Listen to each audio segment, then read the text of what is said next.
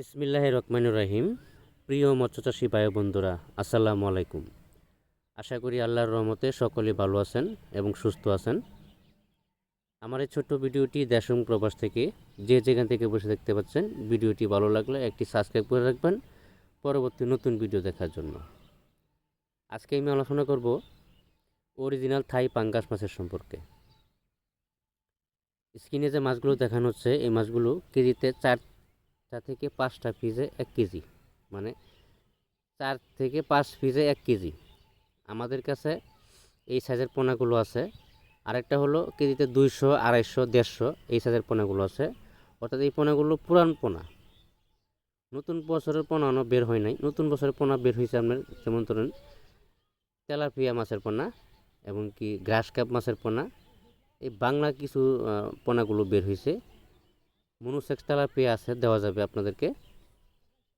আর মাছের পোনা বা রেণু যখন সংগ্রহ করবেন, বিশেষ করে রেণু যে সংগ্রহ করবেন, যারা রেণু আপনার উৎপাদন হগুলো শুরু হয়েছে, কারণ গ্রাস কাপ, ফুডি বা সিলভার বিকেট এটি উৎপাদন শুরু হয়েছে। তো যারা রেণু সংগ্রহ করতে চান, আমাদের সাথে যোগাযোগ করতে পারেন। রেণু সংগ্রহ করার সময় আপনি যদি বলেন যে ভাই আমার 1 কেজি বা 2 কেজি গ্রাস কাপের রেণু দেন, তখন আপনাকে দিয়ে দিবে পুঁটি মাছের রেণু বা অন্য অন্য বাংলা মাছের রেণু দিয়ে দিবে।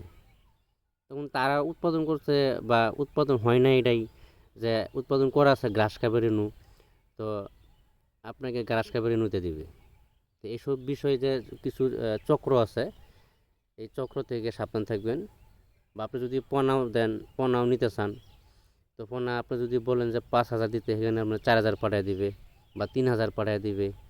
বাইনা দিবেন, বাইনা নেওয়ার পরে মাছ দিবে না, যদিও দেয় মাছ সাইজ ঠিক দেয় না, কম দিয়ে দেয়।